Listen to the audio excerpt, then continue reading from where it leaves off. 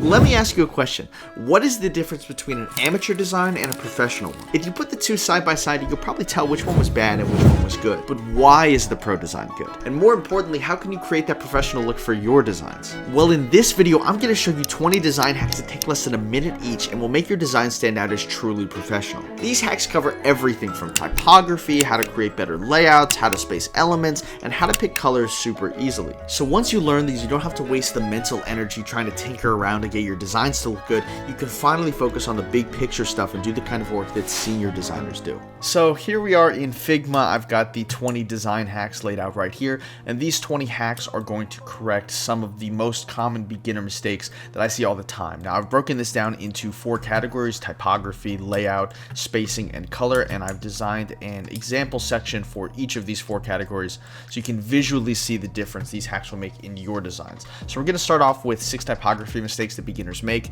and hacks you can use to correct them, and we're going to be working on this example section, so let's get started. The first and most common mistake I see from beginners is using conflicting typefaces.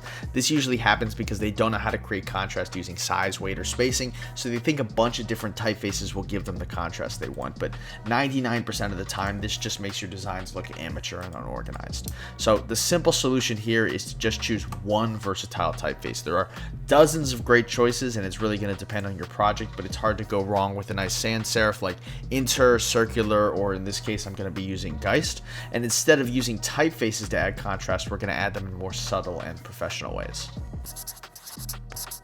You see, the reason beginners think their typography lacks contrast is because they're not using a typographical system. When I first started designing, this is what I do. I just pick sizes at random that I thought looked right, and not only did the designs look bad, but it's hard to make new sections, because I had to start from scratch every time I wanted to pick a new weight, pick a new size, pick a new font, anything like that. I just had to start from scratch every time I was building a new section.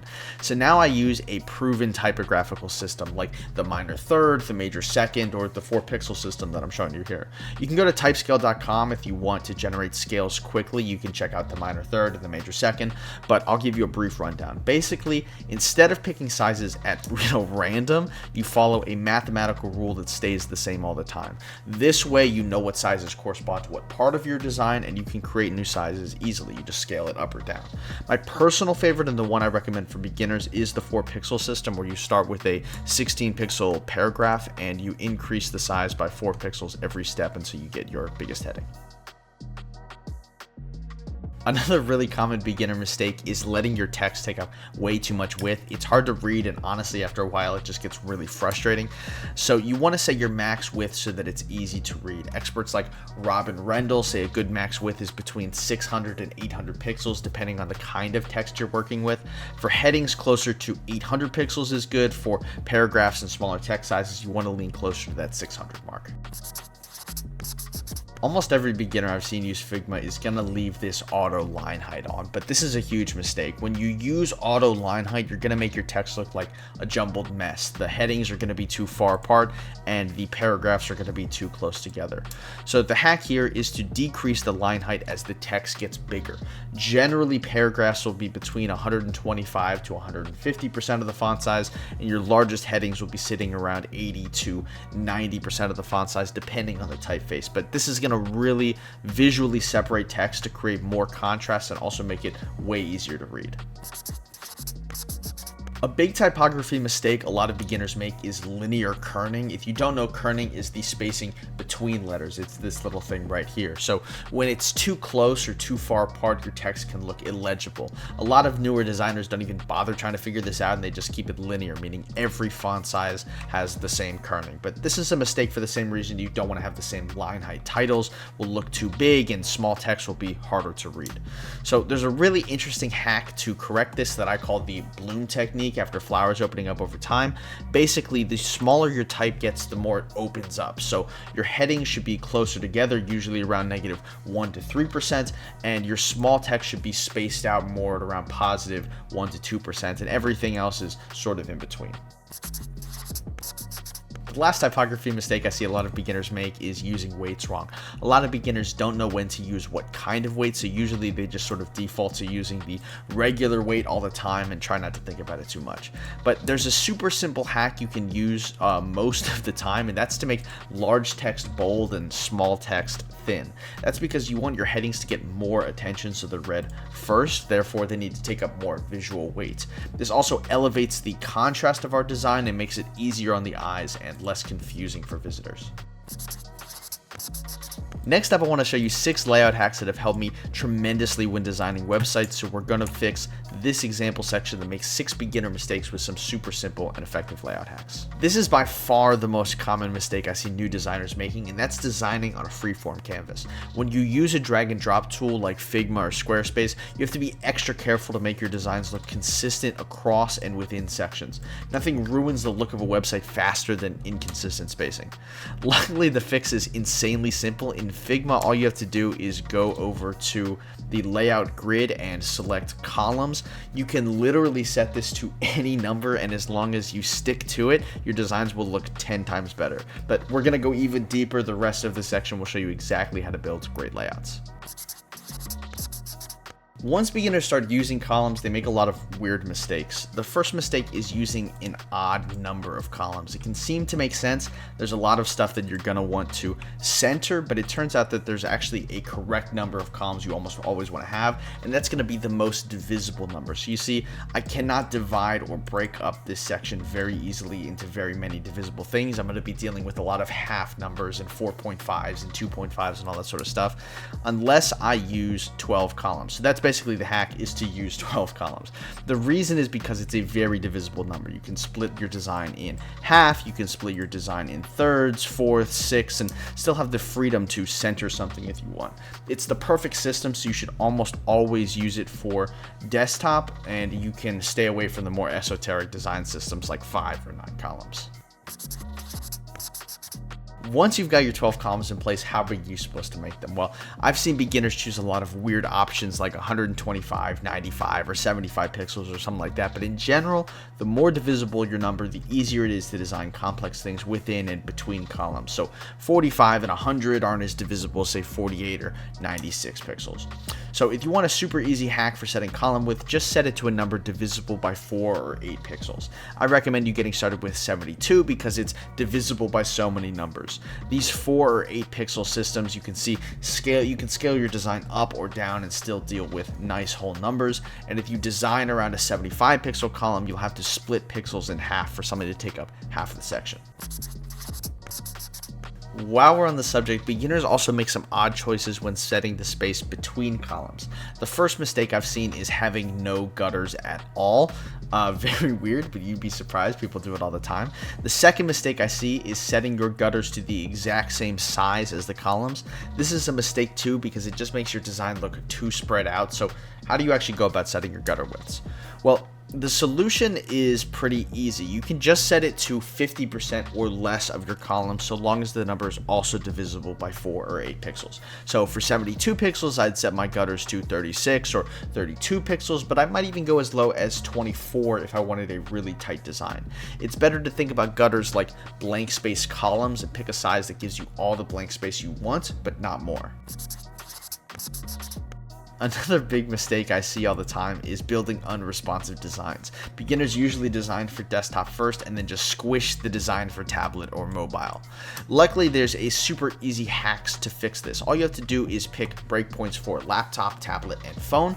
Then you change the number of columns based on these breakpoints. So for a laptop or larger, you have 12 columns. Then for a tablet, you shrink down to 6 columns. Then for a phone, you go with 1 column. This way you don't need to remake everything, you can just reshuffle it using responsive design. The last mistake I see beginners making all the time with their layouts is not setting up a consistent intersection padding. So this may seem like a small thing, but it's, actually huge because it's the thing that visually separates ideas on your page. A super simple hack to set your section padding is to just set it at whatever your gutter is set to. This gives your website a sleek look because everything fits together in a grid pattern. And if you want to increase this for more visual separation, you certainly can, so long long as you follow the same rules you used for your column and gutters, like setting it to something divisible by 4 or 8 pixels, and that you keep it the same for every section. Next up, we've got 4 spacing hacks that are going to help you with the content inside of your section. So we're going to be fixing this section, which makes 4 mistakes with some simple and powerful hacks. The first and most common spacing mistake that beginner designers make is linear spacing. Linear spacing is when you have the same amount of space between every single item in a section, and this makes your designs harder to read, but luckily there's a super easy fix. All you have to do is use a height equal or greater to your gutter width between containers, so these are 2 containers, and half of that width on components inside of the same container. So this super heading and this paragraph are items in the same container. So our gutter here is 32 pixels, so that's how much we'll separate our containers by, and half of that will be 16, so that's what we'll set our intersection spacing to be. A quick side note, this doesn't apply to elements inside of components like an icon in a button or a menu item. We have separate spacing rules for those, which we'll cover in a minute. Just like with the typographical system, your sections need hierarchy as well, but all too often beginners learn a basic layout and just run it into the ground. So that's where we get this problem, which is linear sizing, when each section in a layout is given equal importance and visual weight. The hack here is to use size and position to draw the eyes towards things that are primary in your design. In this case, we want to draw the eyes first towards the heading, then to the text, and finally to our graphic, which supports both. But the general rule is very simple. Important things you want to notice first should take up more visual weight. This next mistake focuses on the space between elements in dynamic components, things like buttons or rows in a table that expand to fill the space allotted. So often I see designs that are clipped or wrapped poorly because designers treat these as static components with fixed widths. But the fix is actually insanely simple. Whenever you have elements in a dynamic area, the spacing rules around them are static. So you set auto layout to this, and you set a pixel value that is static to the spacing between objects. So when you have a button with an icon, you don't set the width to an absolute number. You set it to hug the contents and use a specific pixel value between elements. In this case, we're going with 24 pixels. But what do you do when the area is static but the content is liable to change? This most commonly applies to menus, cards, or user-generated content. The problem is that you can't add a pixel rule when you don't know how much space to leave between each item.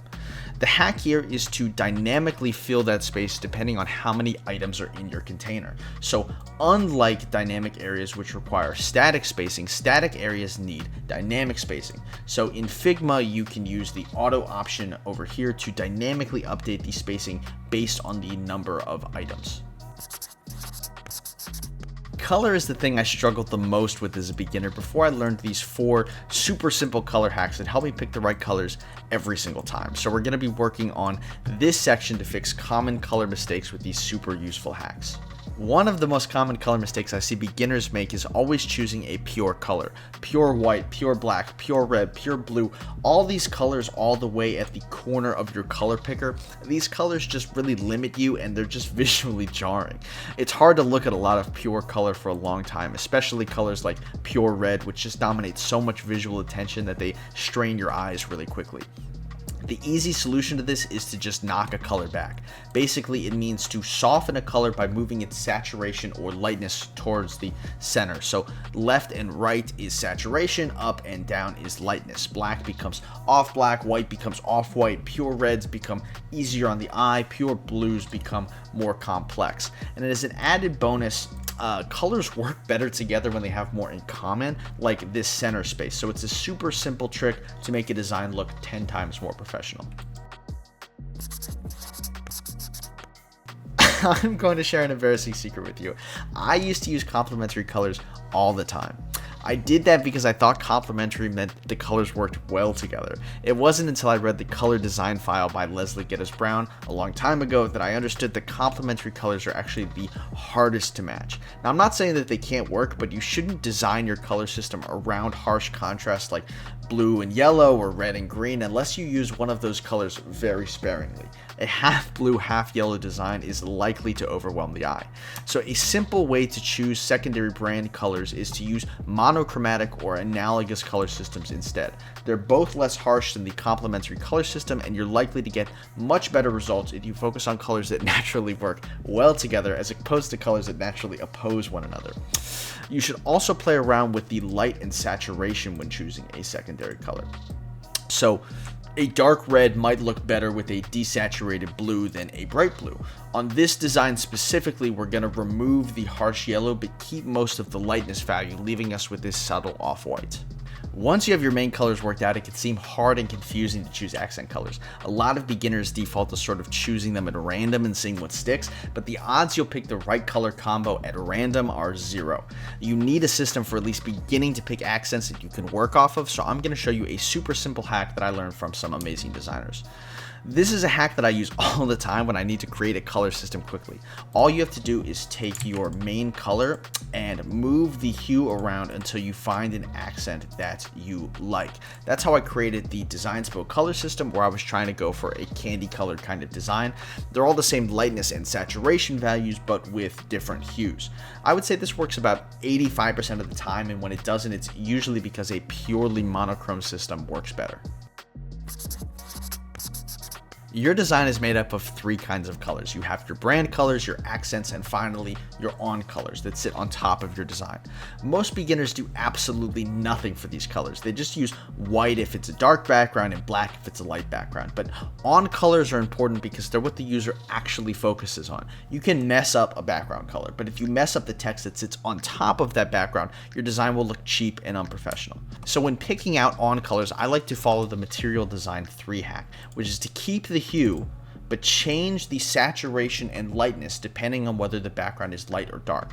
If it's a light background, I remove lightness and increase saturation, and if it's a dark background, I add lightness and decrease saturation. This creates a more professional and realistic look, even if the on color is really close to pure black or pure white. So I hope you enjoyed this video. If you did, YouTube thinks you'll like this one, so you should probably check it out.